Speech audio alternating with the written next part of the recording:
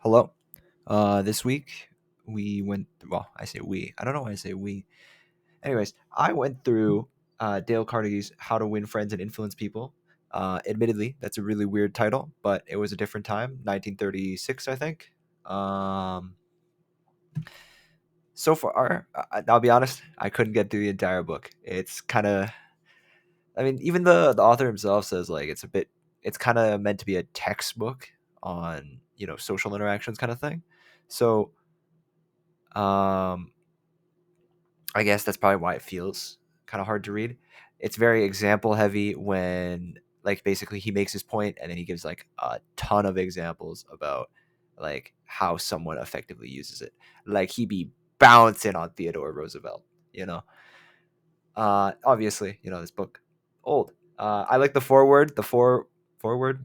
It was very cute. It was talking about how yeah, a lot of the things were old. They updated some of the examples, but they still wanted to keep his like writing style of feeling like he's talking to you. That it feels, it does feel like he's talking to you, but because of how dense it is, it feels like he's lecturing to you, which I guess is kind of fine. But I'm gonna go through the first half of the book, basically the key points. I'm not gonna go over all the mini stories, but basically, just going through the main points. I don't think next week's video is gonna be that long because I assume it's going to be example heavy again for the last two parts of the book. Um, yeah. Well, let's just jump right into what I wrote down. Uh, Carnegie writes for the nine key successes for getting stuff out of this book, because he does mention like you might just be reading this book for fun, and I guess this book ain't that fun, but some people might be reading this for fun. So reading it for fun, you know, it's a different beast. But if you're reading it for actually like improving your you know social interaction skills or whatever, he advises these nine things. um, Reinforce your desire. Picture what you have to gain from this book. Having an open mind of like, uh, everything can be learned. Maybe you think like, oh, I do this already, but like think about how you apply it, kind of thing. um, Read it like each chapter over once and then reread it again. I guess like any textbook, you want something to stick. He recommends like a quick skim for the first through, like just to kind of get the broad strokes, and then reading it more heavily, and I guess to ingrain the examples more. He says stop frequently and imagine how you might apply each situation or each suggestion, kind of thing. Highlight key things on the book.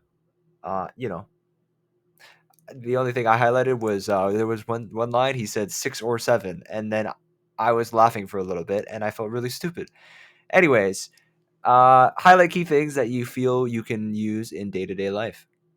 Constant review and application is key. Like studying for anything, kind of write down what you think was like a really good point, and review like, oh yeah, this is something I need to keep in mind, keep doing.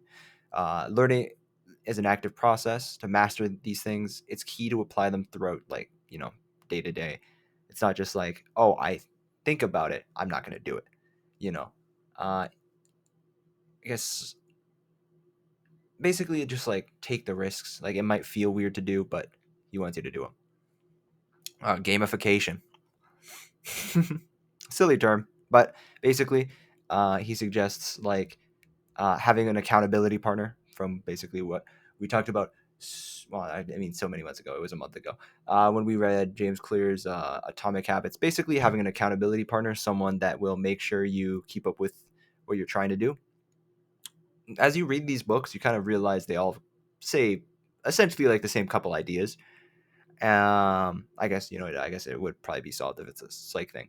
Anyways, kind of get someone to not punish you, but like have some form of like real feedback for if you don't do the thing. Like, I mean, the example the book uses like, oh yeah, your partner, or more realistically, a friend, that kind of thing. Self analysis. We are all our own harshest critics, so it's really good to just like look back through maybe your week, maybe your day, if you feel like it, of your interactions, what you did well, what you did badly, like how you apply those ideas. And then blank pages in the book. I have a PDF.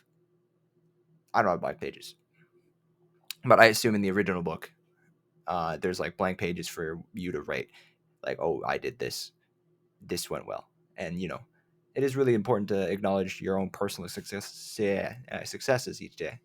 As you can tell, this is one take. I realize I think the presentations are not stimulating enough. Maybe it's more fun to just see the CS highlights. Anyways, part 1: fundamental techniques in handling people.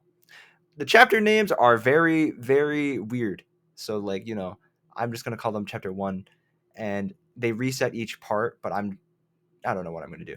We'll see. Anyways, the fundamental techniques in handling people. In the first chapter, it basically wants you to know that criticism makes people defensive. You want to try to understand where they're coming from and use that to properly deal with the situation. In chapter 2, the way to make someone do something that you want them to do is you have to make them want to do it. This sounds very familiar because, it was in nonviolent communication, which I guess is the book later, or that came after. So, but praise is important. Be honest.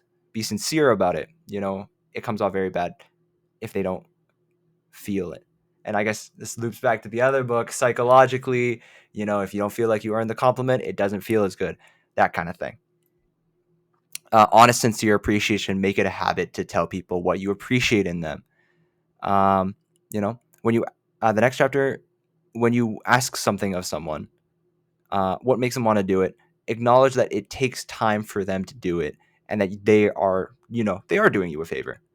Make them feel appreciated. I don't know why I wrote down arousal of the desires, because I feel like the other book said that exact same term. All these books are old. I don't think anyone uses the term arousal of desires anymore. Anyways, imagine what makes you do something, and what makes another person asks, or when another person asks it of you, and basically do what is successful for making you want to do something. The next part of the book is on 6 ways to make people like you. First one, have an interest in the people around you. The chapter goes through examples of that. Then the second one is honestly really, really straightforward. Just smile, have a good face. No, not attractive kind of thing. More like don't have a scowl. Sometimes I realize I have a scowl about me because when I'm locked in, I have a very real scowl. But I should try to smile more, kind of thing. What not to do? Try to remember people's names. Commit it to memory. Give an effort. Like, this is like bare minimum stuff from like the book's perspective of like, if they have a foreign name, give it a shot, kind of thing. I think about it when someone asks, like, because like I know I have a really weird name, so I don't expect people to get it right, and I don't expect people to remember my name. But when they do, it does mean a lot. And when they ask, "Oh, how is it pronounced?" I also don't expect them to get it. But when they do get it, I do feel really nice. It does make me feel good when they, put in the effort to know my name. Next, conversationalism kind of thing. Listen actively. Encourage them to talk about themselves. This book, it's very blunt about like the human condition and whatever. People obviously do love to talk about themselves. I mean, I'm making these videos because I guess this did start as like to get me to read, because like mentally I want to keep this cycle, but I have to at least somewhat like my own voice if I'm going to be talking for several minutes on end. It's basically the idea that everyone wants to talk about themselves. If you want people to like you, listen to them and engage with their interests. That leads to the next chapter, which was engaging in other people's interests. And then, the next chapter of making them feel seen in a sincere way. So all of this basically clumps up to, if you want someone to like you, give a real effort to get to know them, get to know their interests, get to know like what makes them like happy, what makes them, well, I don't go into what makes them sad, but imagine like what you would want and try to do unto them, roughly, basically. Like I was really into CS when I was younger, and whenever anyone would talk about CS, like I would go on and on about it. There would be like a light in my eye when I used to get to talk to someone about CS, and like the light would kind of go out if it wasn't about CS.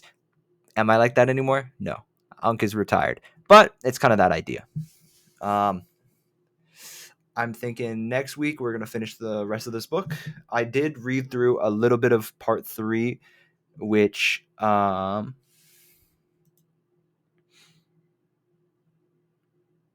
my notes are rough. Anyways, we'll go over part 3 and part 4. There's only 4 parts of this book next week, and then I think we're probably gonna move on to more fiction books because I honestly had a better time reading those. And yeah, but this is a classic. I did want to read it. So yeah, see you next week.